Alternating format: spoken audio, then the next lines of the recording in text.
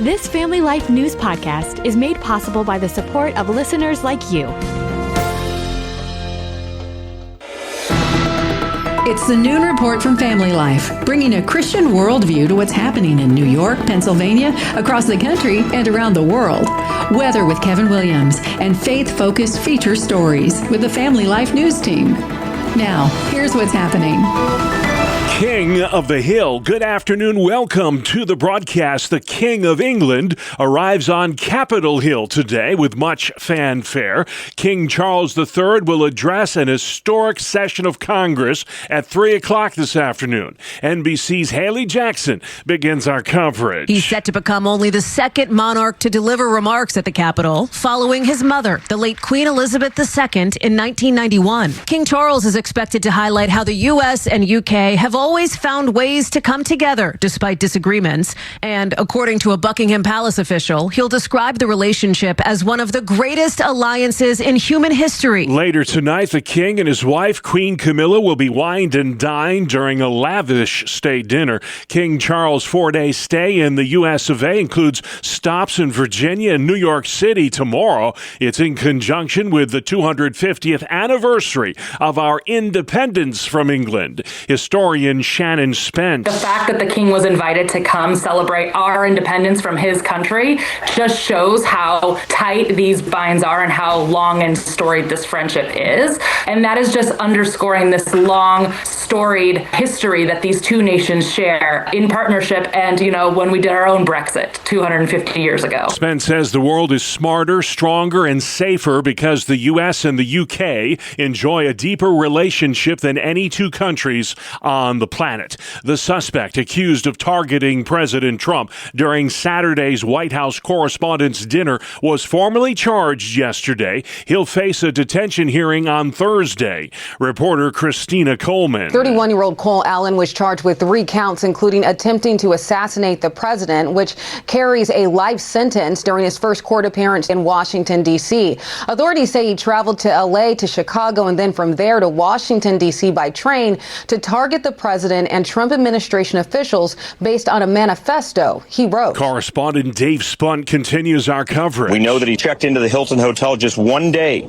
before the White House Correspondents' Dinner. He wanted to harm members of the Trump administration. According to authorities, his room in the hotel was turned upside down by law enforcement to see what was inside. Prosecutors say the suspect rushed a security checkpoint at the dinner while armed with 2 guns and several knives. Janine Pirro is the U.S. attorney for the District of Columbia. He had a Mossberg pump action. He had a .38 semi-automatic. He had a bag with 3 knives, all kinds of weapons. This guy was headed and determined to kill people. White House Press Secretary Caroline Leavitt blames Saturday's violence on what she calls the systemic demonization of the president. This hateful and constant and violent rhetoric directed at President Trump day after day after day for 11 years has helped to legitimize this violence and bring us to this dark moment. The White House is now calling on ABC to fire late-night talk show host Jimmy Kimmel for joking about the death of Donald Trump.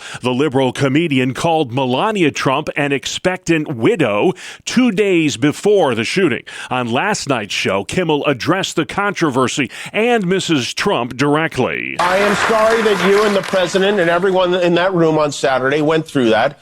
I really am. Just because no one got killed doesn't mean it wasn't traumatic and scary. And we should come together and be best. We really should. Kimmel claims his remarks were a light roast about the first couple's age gap. Media watchdog Joe Concha. Not once, not twice, but now 3 times Donald Trump was nearly assassinated. And tell me which other world leader, any world leader, has had that many assassinations attempts against them. Not one. And when you talk like this, there's enough maniacs out there that will see it as a call to violence to take this man out. And it's going to keep happening. Jimmy Kimmel was suspended last year year over comments made about the Charlie Kirk assassination. Florida lawmakers begin a special legislative session in Tallahassee today to consider a newly proposed congressional map that was unveiled by Governor Ron DeSantis. The Republican telling Fox News, "We've had a massive population boom. We've had growth in certain parts of the state. So I've always wanted to do this. I think the numbers justify it. But that's really independent of Virginia or any of these other things. It's the right thing to do for Florida." The gerrymandering effort could give Republicans 4 extra seats in Congress next year.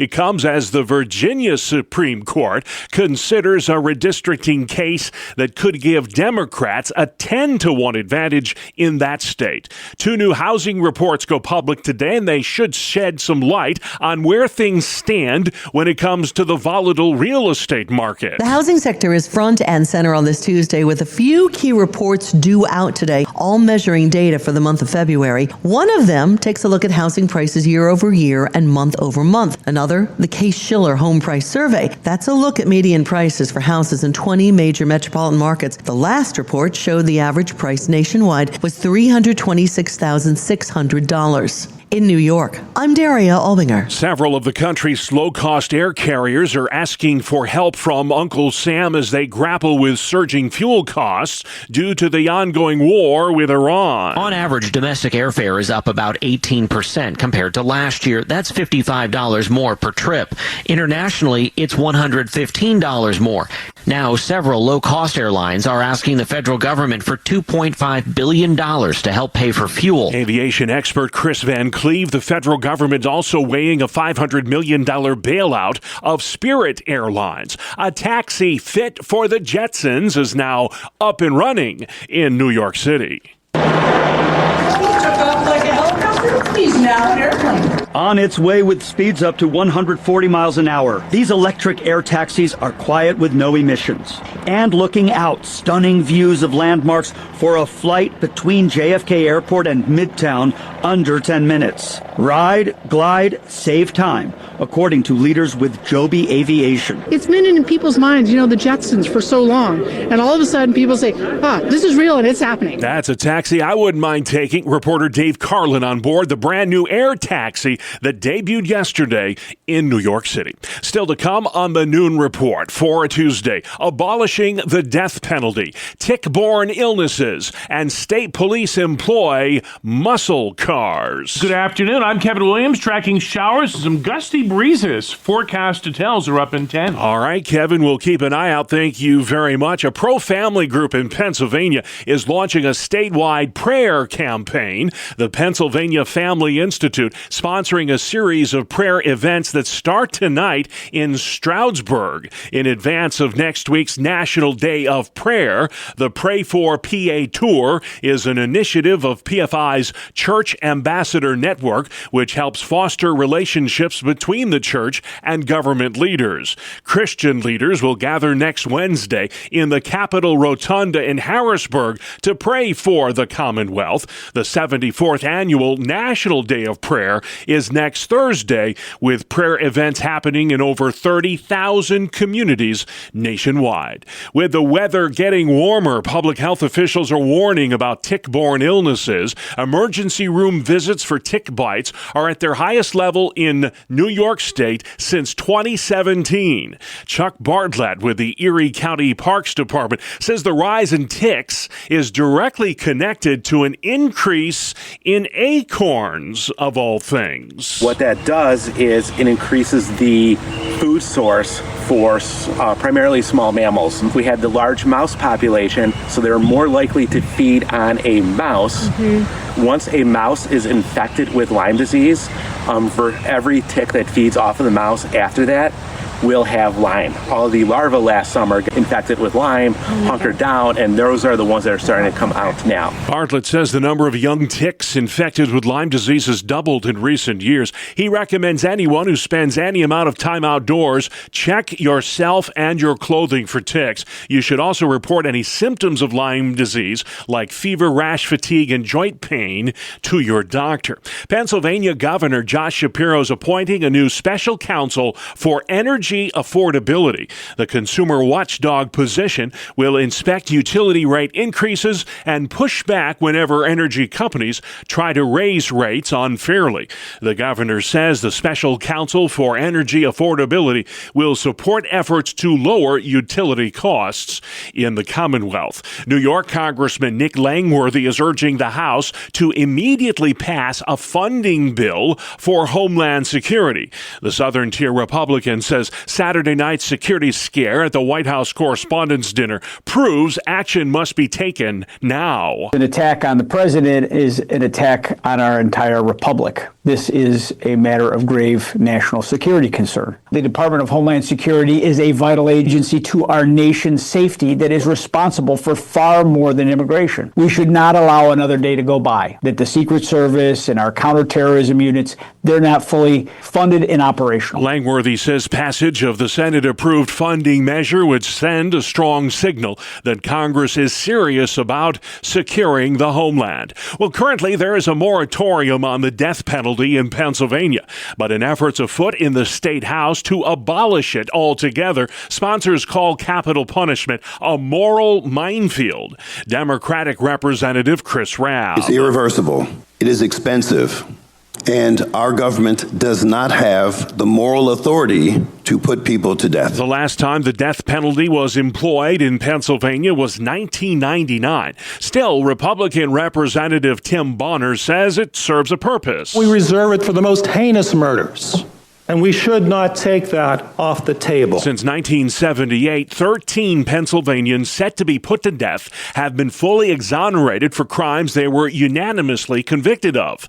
23 states, including New York, have officially abolished the death penalty. New York State is now part of a coalition of states going after prediction market platforms. These are online companies that allow users to bet on anything from politics to sporting events. Right now, it's kind of seen as the more contemporary sort of trend within the gambling world because it's allowing people to bet on things that have not really been allowed in the past. Problem gambling expert Robin Singh tells Spectrum News that prediction markets are set up to look like financial websites instead of betting platforms. You're not actually submitting a bet. All of these sort of like questions and things, whether or not they're going to happen, they're called markets on the platform. We find that nomenclature is a little bit of a sneaky way of getting around calling it a bet. A proposal in the state legislature authorizes the state attorney general to set rules and regulations on prediction market platforms. High-tech surveillance cameras have some shoppers feeling leery in Erie, Pennsylvania. The issue involves so-called flock surveillance cameras at the entrance to the Mill Creek Mall. Flock cameras are equipped with AI-enabled license plate readers in hopes of deterring vehicle break-ins and other parking lot crime. But a flock of petitioners plans to show up at a Mill Creek Township town hall meeting tonight to voice objections to the flock cameras. They cite possible issues with privacy and civil liberties. A much-used Western New York waterway is getting some badly needed upgrades. Here's Family Life's Mark Webster. Yeah, the Black Rock Lock was built by the U.S. Army Corps of Engineers in the early 1900s. It allows boats to get between Buffalo and Tonawanda while avoiding the swift currents of the Niagara River. More than 1,000 vessels used it last year. But it's showing its age, so the Corps is in the middle of a $65 million upgrade, including modern polymer bulkheads and new main gates, with the entire project expected to take until 2030 to complete. The good news for boaters is that most of the work is being done in the winter. Mark Webster, Family Life News. Thank you, Mark. The New York State Police is adding some flashy new vehicles to its patrol fleet. Nearly 20 Ford Mustangs are being deployed to service soon. Those muscle cars will join a patrol fleet that's mostly SUVs. State police admit while SUVs offer improved visibility, all-weather capability, and overall safety, these Mustangs allow troopers to better address public safety risks like aggressive driving and speeding. State police call the new Mustangs a strategic investment to modernize enforcement and enhance safety on New York highways. A new proposal in Harrisburg aims to bring former Pennsylvania hunters back into the woods. Here's Family Life's Brian Query. State Senator Greg Rothman is pushing legislation that would offer in-state hunting license prices to out-of-state hunters who once lived in Pennsylvania. Currently, resident licenses cost just over $20 compared to more than $100 for non-residents. Rothman says the state's hunting population is steadily declining and believes lowering costs could help reverse that trend while boosting local economies. State data shows license sales have dropped in recent years as families grow busier and fewer people take up the sport. Rothman says attracting former Pennsylvanians back to hunt will help preserve the state's outdoor traditions. Brian Query, Family Life News. Thank you, Brian. Checking sports next. The Pittsburgh Penguins live to fight another day in their Stanley Cup playoff series against the Philadelphia Flyers. The Pens beat their interstate rival last night 3-2. Philly still leads the best-of-7 series 3-2. Buffalo can eliminate Boston tonight with a victory at home. The Sabres are up 3-1 in that one. In the NBA playoffs, the Boston Celtics look to knock out the Philadelphia 76ers with a win tonight in Beantown. The New York Knicks will host the Atlanta Hawks with that best-of-7 series tied at 2 games apiece. And in baseball, the Yankees double up the Rangers 4-2. The Pirates fall to the Cardinals by that same score. And the Phillies and Mets didn't lose because neither of them played last night. Both are tied for last place in the NL East Division. The Mets have lost 3 straight and 15 of their last 17. The Phils are 1-9 in their last 10 games. And still to come on the Noon Report for Tuesday, another Jimmy Kimmel controversy. New website helps pregnancy care centers and 50 Days of Prayer campaign. We're talking to the organizer after this. Welcome to Breakpoint, a daily look at an ever-changing culture through the lens of unchanging truth. For the Colson Center, I'm John Stonestreet. In 1869, at a meeting in the Metaphysical Society in London, English biologist and anthropologist Thomas Huxley coined the term agnostic to describe those who, like himself, were neither theist nor atheist. Claiming instead for himself intellectual humility, Huxley claimed to know that anything unknowable to science could not be real knowledge, since it could not be empirically verified. That included the existence of God, the ultimate nature of reality, anything immaterial. Now, the word agnostic is constructed from Greek, beginning with the a, which means without or not, and nostos or gnosis, which refers to what is known or knowledge. Huxley contrasted agnostic with gnostic, a related word that means secret, mystical, or spiritual knowledge. In other words, for the agnostic, truth about life, God, and supernatural realities are simply unknowable. An assumption that's built into the word agnostic is that the only way to know is through empirical evidence. In other words, agnosticism is a kinder and gentler version of positivism. That's the idea that only what is empirically verifiable or logically necessary can qualify as knowledge. Anything not empirically verifiable or logically necessary is unknowable and, according to Huxley, ultimately meaningless. Now, of course, the assumption that science is the only route to real knowledge is a statement that itself cannot be proven scientifically. So, by the agnostic's own standards, science cannot be the only way to know things because science cannot prove that science is the only way to know things. As the Greeks might say, oh, the irony. In fact, the agnostic assumption is not only incoherent, it's also false, because there are clearly other ways of knowing beyond empirical science. We know things by experience, by moral and philosophical reasoning, by aesthetics, among others. And so, Huxley's agnosticism pushed much of human life and experience into the realm of the unknowable, and therefore the meaningless. Huxley's claim that certainty is only possible by empirical evidence also fails because, well, science itself has been subject to constant reappraisal, and rightly so. The scientific certainties of past eras often become the discarded theories of the next.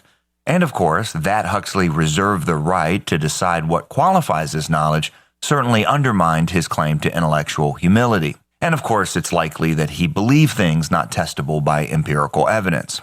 In the end, agnosticism becomes just a light version of atheism. While not denying the existence of God outright, agnosticism claims that knowledge about God, including whether or not he exists, is simply impossible.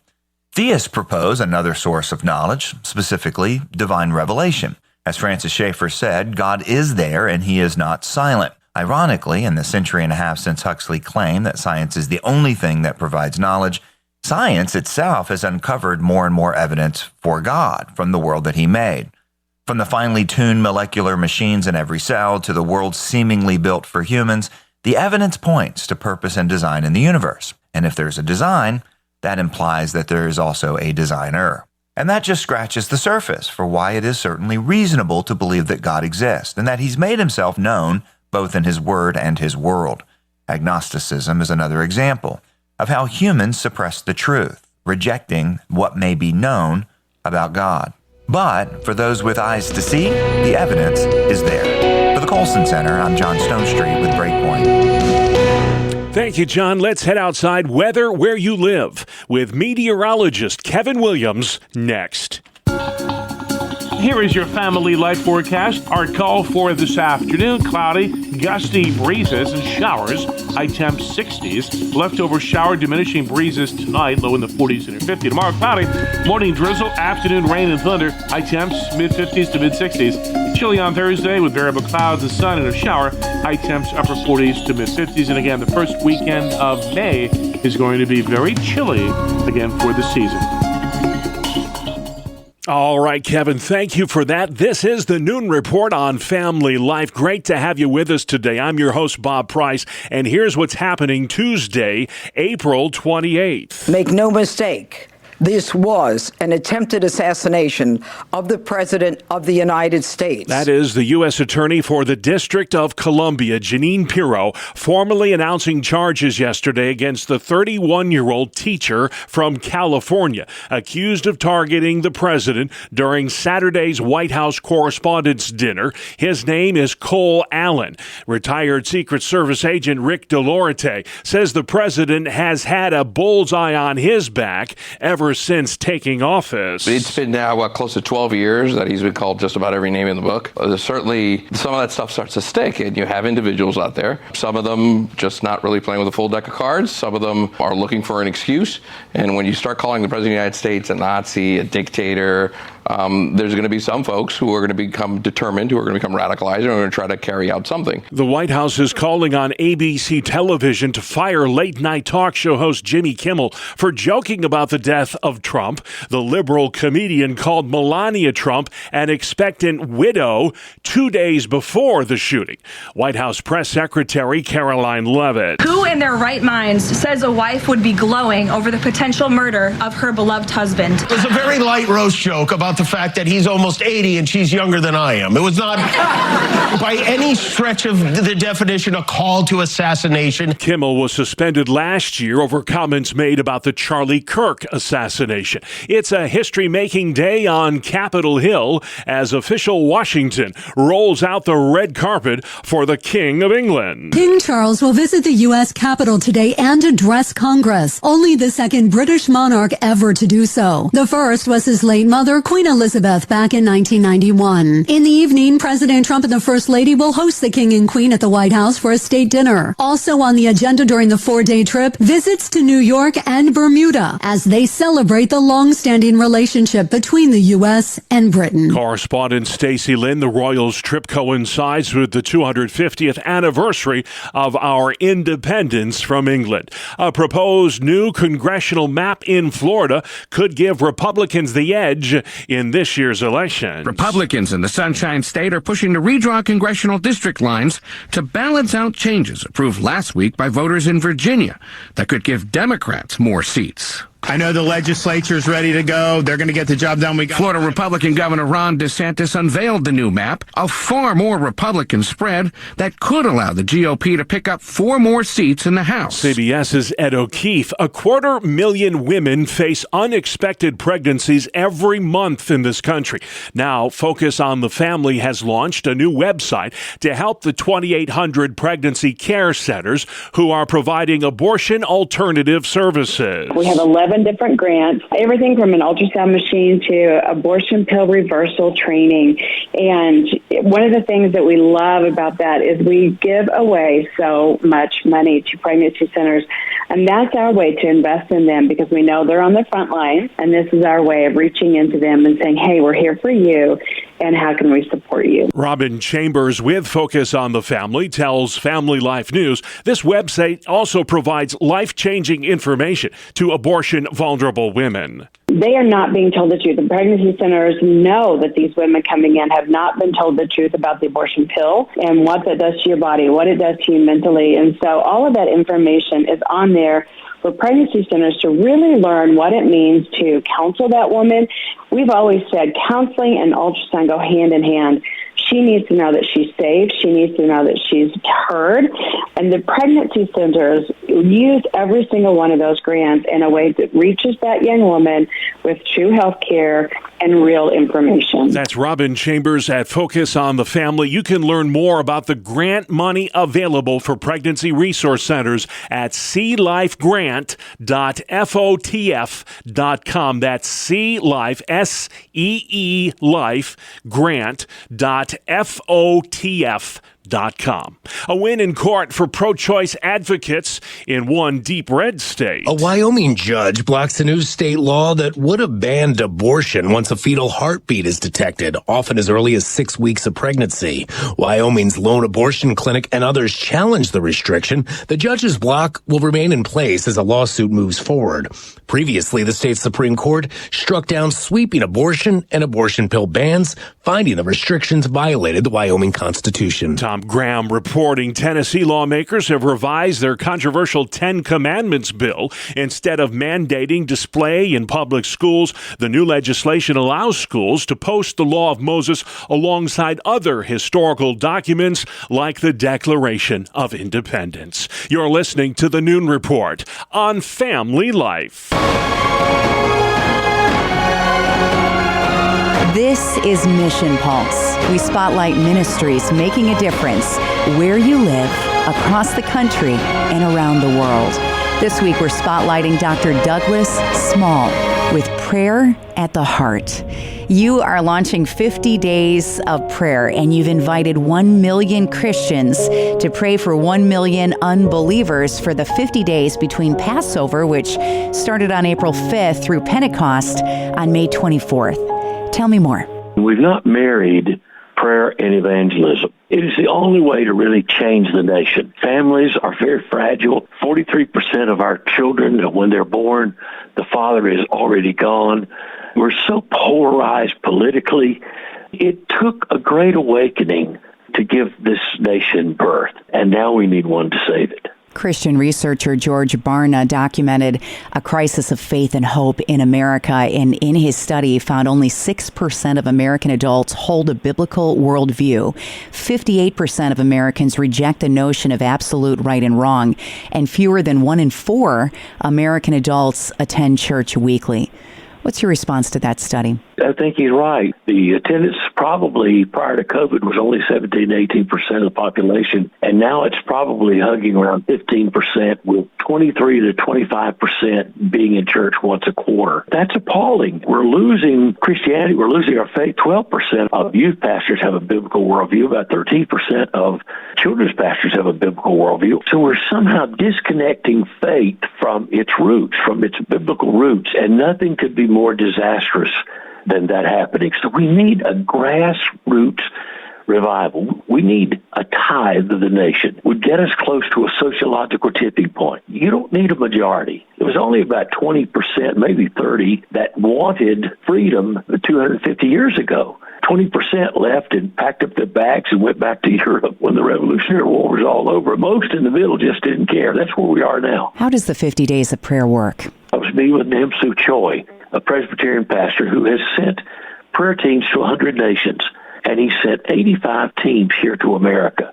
And here's what he said to me. He said, if America falls, and you could fall, he said, nobody stops North Korea. Nobody stops China. Nobody stops Russia. You don't understand that you're the hope of the world. You have to see a revival.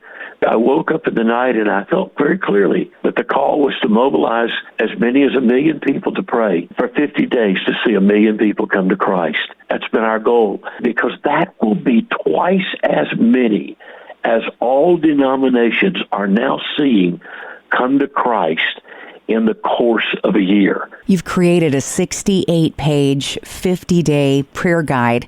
What is inside and where can people find it? It's kind of a guide to the whole 50-day experience. You can go to prayerattheheart.org and you can look at the resources tab. You'll find short videos telling you this is what you could do yourself. You'll find pastors' videos saying to pastors, this is what you could do to call your church to prayer and evangelism. And you'll find this 50-day prayer guide. And there's a devotion for every day. There's a state featured every day. There's an unreached people group in America every day. There is a scripture every day and a short devotional that moves you to consider your obligation and privilege of praying somebody open to hear the gospel and know the love of God. We have to come together around the common cause of Christ to present him new and refreshed to this generation. You know, it may well be that we are not post-Christian. Despite the stats that you read earlier, this young generation has never really heard the story. They've never really heard a balanced gospel presentation. They've never heard creationism. Only 1% of colleges or universities allow that voice to go forth. What if we are not post-Christian? What if we're pre-Christian? What if we have a generation slightly more that Gen Z are going to church than my generation, the baby boomers? I think we may be on the cusp of seeing something extraordinary happen. But I think we have to act, and that is in holy, desperate, united prayer. Amen. Dr. Douglas Small with the 50 Days of Prayer campaign. You can learn more at Apple Podcasts, Spotify, YouTube, and our website, familylife.org. And finally at noon for Tuesday...